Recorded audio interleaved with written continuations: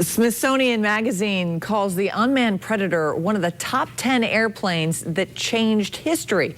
And today, KUSI's Kristen Cusato went to the Rancho Bernardo plant where these planes are made.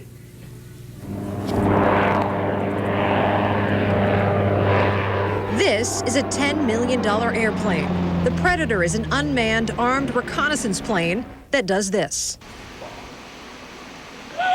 Nicely done, sir. And these planes that have changed the way we fight wars in Afghanistan and Iraq are made in San Diego at General Atomics. Tom Cassidy is the president of the Aircraft Systems Group of General Atomics Aeronautical Systems.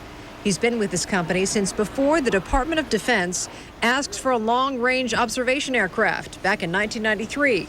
Now the planes are larger, can carry more weapons, and have high-tech surveillance. And they can sit up there for 20 or 30 hours just waiting for some bad guy to move. And when he does, they see him, they mark him, tag him, whatever, and then track him. And it's all controlled from somewhere thousands of miles away. The company puts out at least 10 Predators a month from this plant, and there's no shortage of work.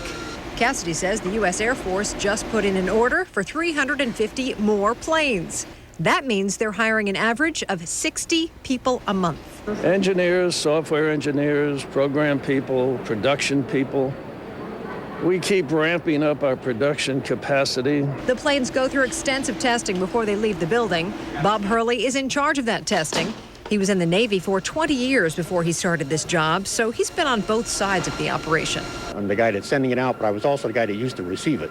So I know what I wanted when I was in the field, and that's what I try to give the guys in the field now. Predators are also used along the border to spot illegal activity and to help avoid disaster. During the wildfires of '07, the Predator B was actually flying over San Diego County with special fire imaging sensors. They identified a hot spot 1 block away from here, where the plane was actually made. 2009 will be a big year for General Atomics. They're moving most of their production to Poway and plan to debut a brand new airplane within a few months, increasing production and increasing capabilities while changing the face of war. Kristen Cusato, KUSI News. That's just amazing. We're so proud to have them here. What fun. Presidential candidates John McCain and Barack Obama focused on the economy while campaigning today, but they both had sharp words for one another.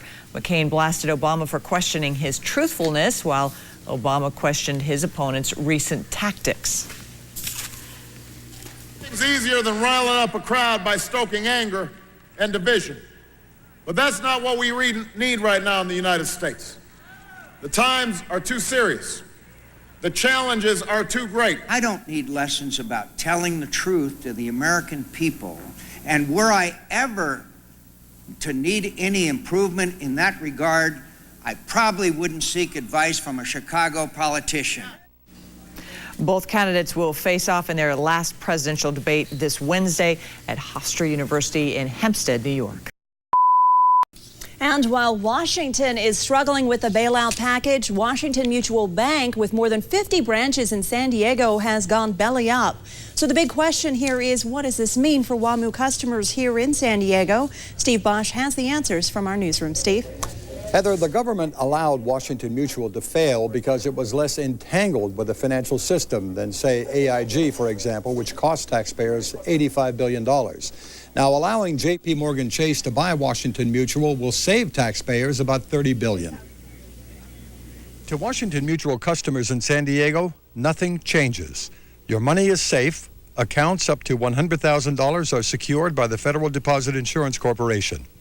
It will take time to change everything from Washington Mutual to J.P. Morgan Chase. Meantime, you, the customer, make no changes at all. Deposits, checking, savings, money market, CDs, and retirement accounts are handled as normal.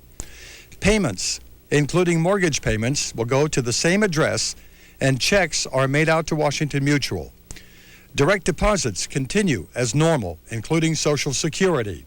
And ATM cards and passwords remain the same.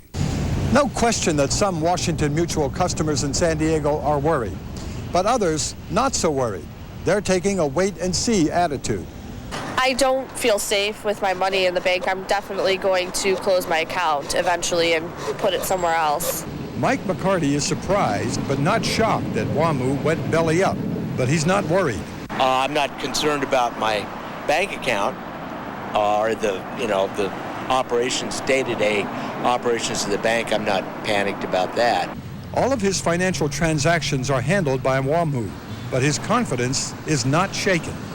We'd use it for our checking account and our ATM and our MasterCard and that sort of thing. But, I certainly wouldn't buy stock in Washington Mutual right now. Gracia Molina-Pick will transfer some of her assets to other banks and hopes what's happening in Washington will bring positive consequences. But what we need more than anything else is going back into some regulation, putting a stop to greed and speculation. And this is the consequences of lack of compliance, nobody watching what they're doing, and also speculation and greed. No, I don't think it's time to panic yet. As Washington Mutual bought up banks on both coasts in its zeal to become the Walmart of banking, it was offering easy credit terms to the least credit worthy. But it failed to invest in the technology to keep pace with its growth. And when the housing crunch came, it had no way to gauge how poorly its loan operation was performing. So here's what changes. You are now a J.P. Morgan Chase Bank customer. You can use Chase ATMs, which combined with WAMU total 14,000. And at some point, the Chase name will appear on your bank statements, online, on your credit cards and debit cards when they are reissued.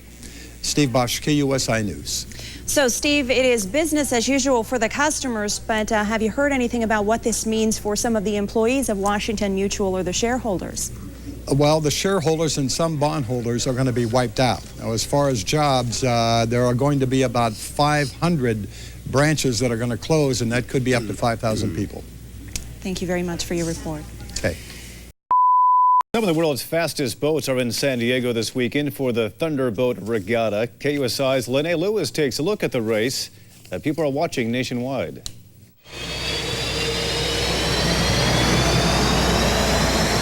These boats are not for beginners. In fact, it takes some of the most talented racers in the world to handle them. So, Jean, I'm hearing that you're the fastest guy in the world. Pretty close, but maybe not the fastest guy in the world, but we're very competitive.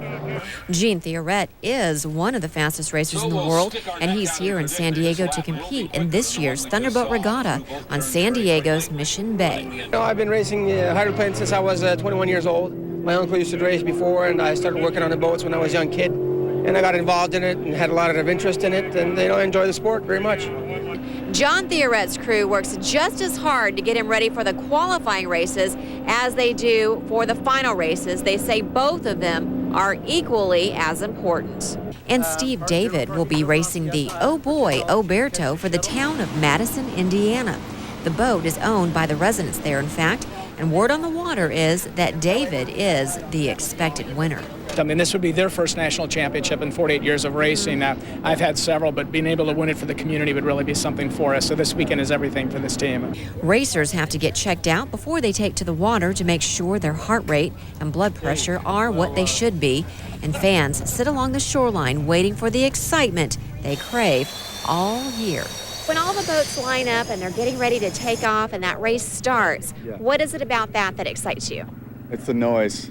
That's the biggest attraction, is the noise, the sound, the beautiful noise they call it,